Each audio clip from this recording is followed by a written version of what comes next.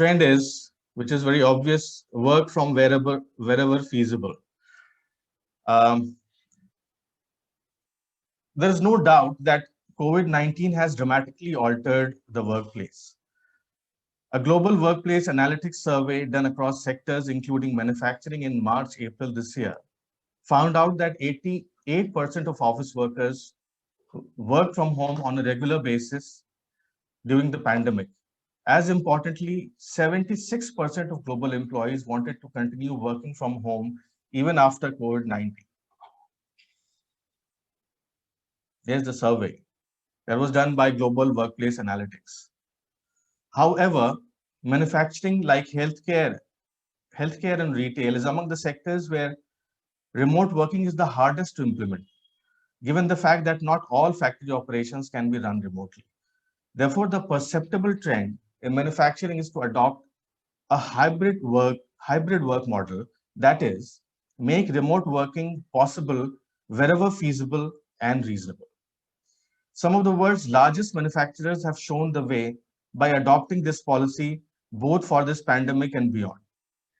Siemens, for example, established mobile working as a core component of its new normal way of working.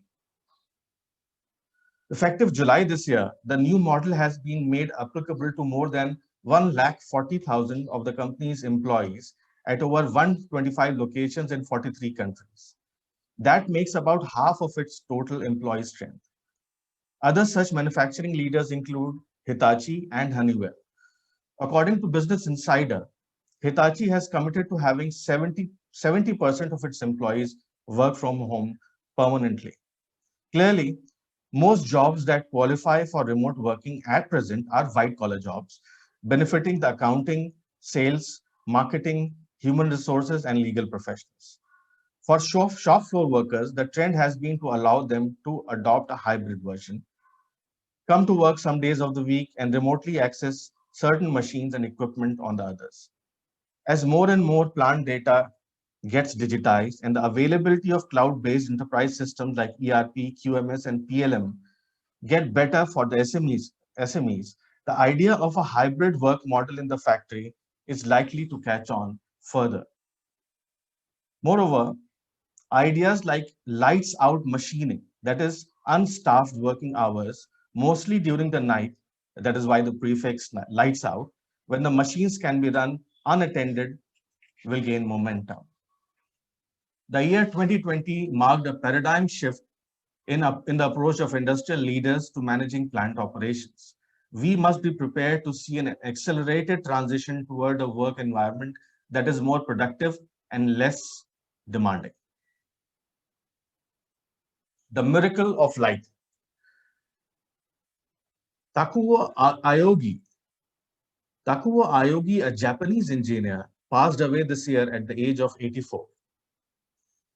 This was also the year when Mr. Aogi's invention, the pulse oximeter, became a vital tool in the fight against the novel coronavirus. Patented in the 70s, this device that uses red and infrared wavelengths of light to measure blood oxygen levels replaced a cumbersome invasive process that required blood sampling. Another example of the use of photonics in the war against the virus is the use of UVC disinfection systems being used in public places like London's Tube network and retail stores in Germany and the US for the purpose. Speaking of which, it was the UV disinfection systems that have made the concept of drinking germ-free water a trendy thing at every Indian middle-class home. These are just two recent examples of how photonics, that is the science of light, is transforming our world. I hope you can see this figure. Now, this is how the science of light, that is photonics, is being used in industries across its bandwidth. These are different uses of photonics and optics in industrial verticals. The pre-millennial generation, that is those born in the 80s and before, would know the dramatic improvement that LED lights that ushered in over incandescent bulbs and CFLs, and the positive impact that LED lights had on the environment and still they have had on the environment and on the cost of electricity in our cities' nightscapes.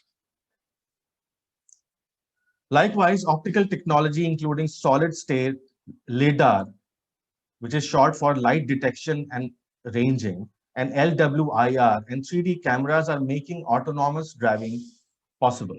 McKinsey predicts that up to 15% of new cars sold in 2030 could be fully autonomous. French strategy consulting firm Yole Development predicts that cameras designed for advanced driver assistance system, that is ADAS or ADAS, is emerging as a fast-growing category that will bring in more than half of the revenue for the imaging technology in the automotive sector by 2021. A lot has been written about the growth of laser cutting industry in India and how it helped position India as the world's largest diamond cutting and polishing center. The other big success story for photonics and laser, particularly in India, has been its use in medical imaging, surgery, and the manufacture of medical equipment like stents. Similarly, in telecommunications, the process of transmitting data by the passage of light through thin transparent fibers called fiber optics has made dramatic improvements in media and education. The light is going to further improve telecommunication in the era of 5G with the wider use of Li-Fi, that is light fidelity technology, which enables the transmission of data via LEDs. The year 2020 strengthened our belief in photonics, the science of light that helped us fight the disease with devices like the pulse oximeter and helped us carry on working from safer confines through the technology of fiber optics. Presently, the global optics and photonics industry is reeling from a combined impact of COVID, the US-China trade war, and a fluctuating economy in many parts of the world. Sector leaders like Honeywell International, Alcatel-Lucent, and Hamamatsu Photonics have reported losses for the first 3 quarters of this year. Hamamatsu, the Japanese photonic systems company, reported an annual drop in sales of 3.9% and in profits by 14.4%. As things hopefully normalize in 2021, the optics and photonics industry is going to not only regain its momentum, but it's going to expand faster, keeping in view the important role it played, helping people soldier on during the crisis. India, which already has benefited from the successes of photonics and hygiene, healthcare, and telecommunication, is in a good position to take this technology to the next level. Now we come to the trend number 3, that is towards self-sufficiency. It is well evident that the Sino-American trade war and the pandemic prompted major economies and multinational corporations to reduce their dependence on China. Tariffs imposed by USA's President Trump on $360 billion worth of Chinese goods forced some of the world's most valuable companies such as Samsung, Apple, Nintendo, and Nike to take their manufacturing in full or part to other countries such as Vietnam and Mexico. And more companies are likely to follow suit. A June 2020 Gartner survey revealed that about 33% of global supply chain organizations moved their business out of China or plan to do in the next 3 years. The USA's trade deficit in goods with China fell $73.9 billion to $345.6 billion in 2019. This was first such trade deficit fall in the last 6 years. On their part, the US lawmakers are considering putting in billions of dollars of investments into further developing America's semiconductor industry over the next 5 to 10 years through initiatives like CHIPS, which expanded stands for creating helpful incentives to produce semiconductors. Now, for Indian manufacturers, there are 2 important points about this trend to consider. One is that India's manufacturing industry is benefiting from this shift in global supply chain, and 2, what can be done to leverage this trend? The answer to the first question is India is benefiting from the trade diversion albeit not so significantly. UNCTAD research report released in late November last year, yes, showed that Taiwan was the country that benefited the most from the trade diversion, with a $4.2 billion boost in exports to the US. You can see the graph here. India, in comparison, benefited to a much lesser extent, gaining only about $755 million. And I'm speaking in the macroeconomic sense. That is why I said only about. This is a huge sum, but in the large scheme of things, this is lesser than the other countries. So India benefited to a lesser degree, and it was mostly confined to the sectors of chemicals and electrical machinery. Another study, a Nomura report, pointed out that during April-August 2019, out of 56 firms shifting production away from China, 26 went to Vietnam, 11 to Taiwan, 8 to Thailand, and only 3 companies came to India. Now, the answer to the second point, that is how India can leverage this trend, is far more encouraging. A recent measure undertaken by the government of India could prove to be the pivot that India's manufacturers were looking for. In April this year, the government introduced a PLI scheme, or production linked incentive scheme, which offered an incentive, which is production linked to boost domestic manufacturing and attract large investments to mobile phone manufacturing and specified electronic components industry. Now, you know, and most of the manufacturers know the nuts and bolts of the scheme. Now, this scheme received an encouraging response. A total of 22 international and local companies, including assembly partners of Apple and Samsung, applied for the scheme, which will bring an additional 10% of global handset production to India in the next 5 years. Enthused by the response, on 11th of November, the government approved the scheme for 10 more sectors, including automotive, pharma, white goods, textiles, food products, and specialty steel, that increased the total outlay to rupees 2 lakh crore for a period of 5 years. Mahindra Group Chairman Anand Mahindra has called the PLI scheme a game changer, and industry experts largely agree. The government move to incentivizing manufacturing has come at the right time to harness the changing dynamics of the global trade. Now, the fourth trend is go D2C, which is direct to consumer. Now, FMCG brands such as Hindustan Lever, Nestle, ITC, and Britannia reported that their shares of online retail to total sales volume nearly doubled this year from what it was pre-COVID. Similarly, Flipkart, Amazon, and Reliance Digital reported record surge in sales of products such as smartphones, white goods, consumer electronics, and kitchen appliances. By all accounts, the pandemic has triggered a major shift in consumer behavior towards online shopping. I'll show you a recent survey titled COVID-19 and e-commerce of about 3,700 consumers in 9 emerging and developing economies, including Brazil, China, South Africa, Switzerland, and Turkey, revealed that the biggest gainers are ICT, electronics, pharmaceuticals, education, household products, and personal care categories. Yeah, so I've revealed the fifth one as well. So before I move to that, I'll just tell you some key elements of how manufacturers can build a D2C, an effective D2C action plan. Now, the 3 things that the manufacturers need to do in order to go D2C, or in order to go direct to consumer, is 1, build an engaging platform.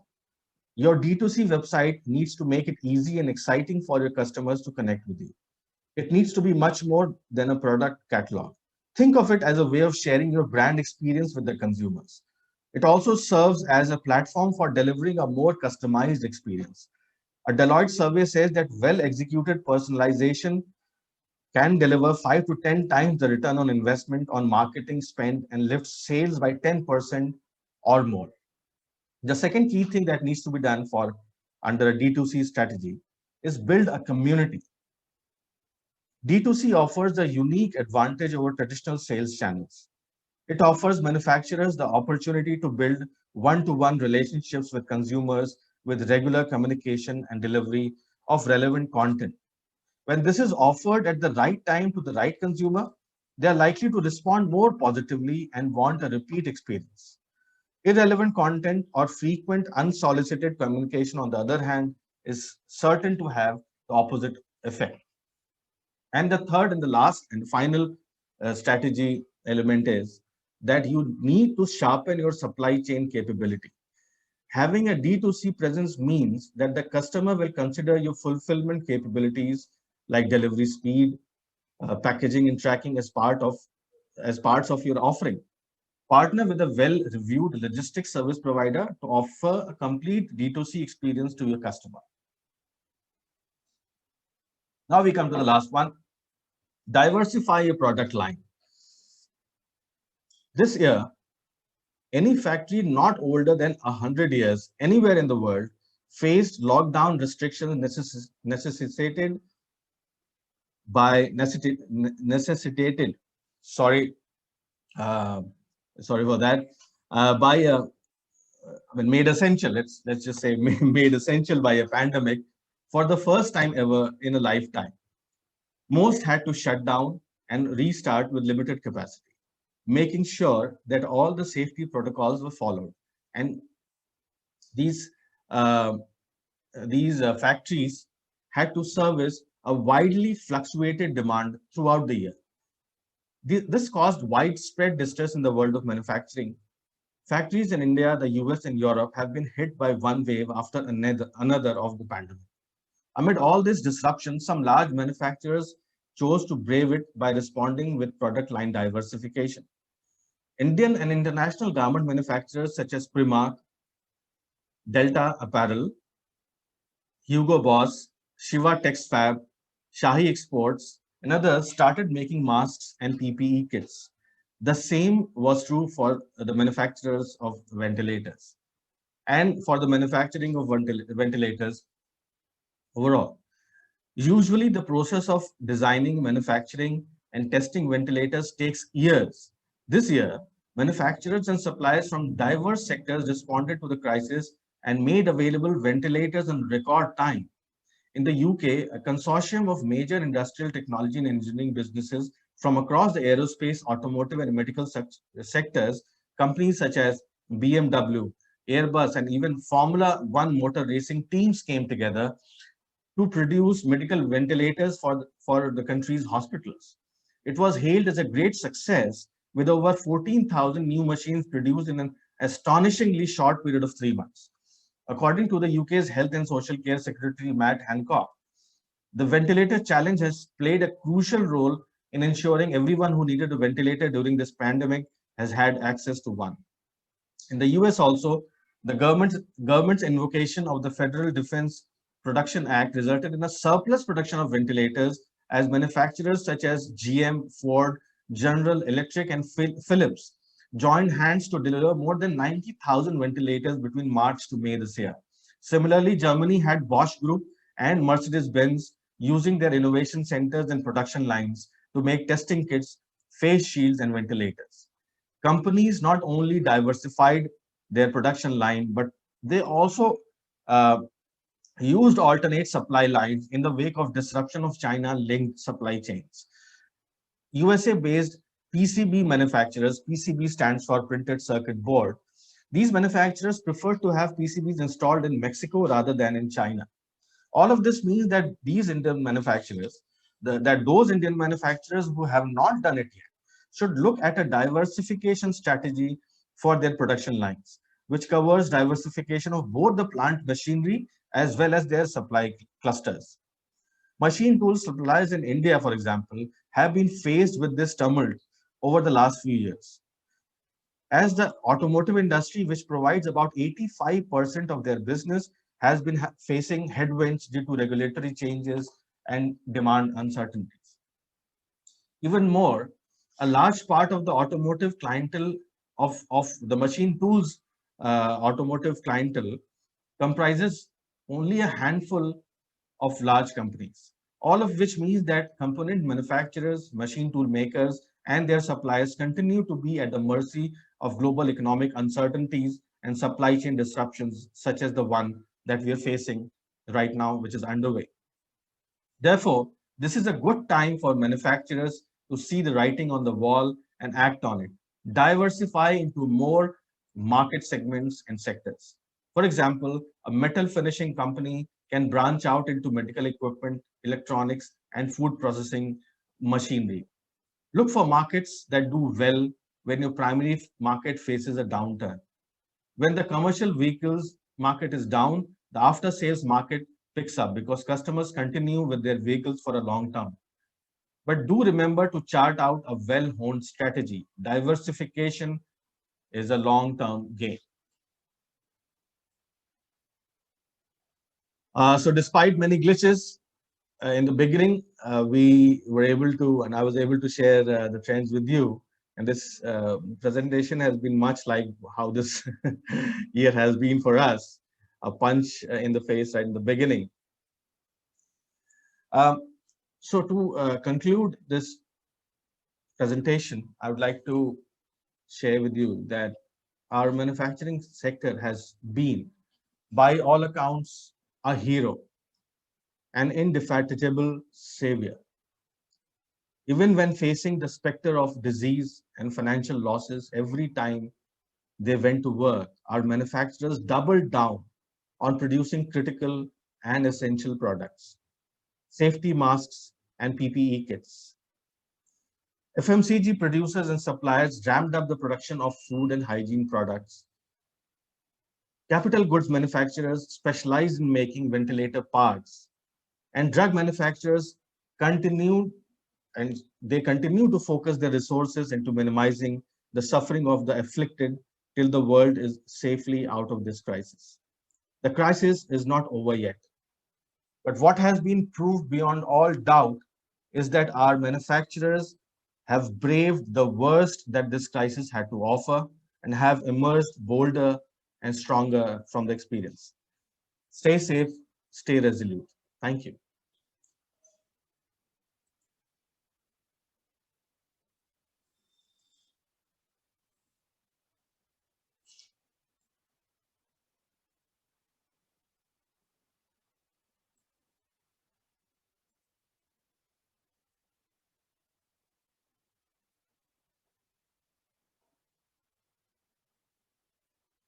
Let me know if you have any questions. I'll be happy to answer. If you have any questions about the conference that is to pan out today and tomorrow, anything regarding that, I'm all yours.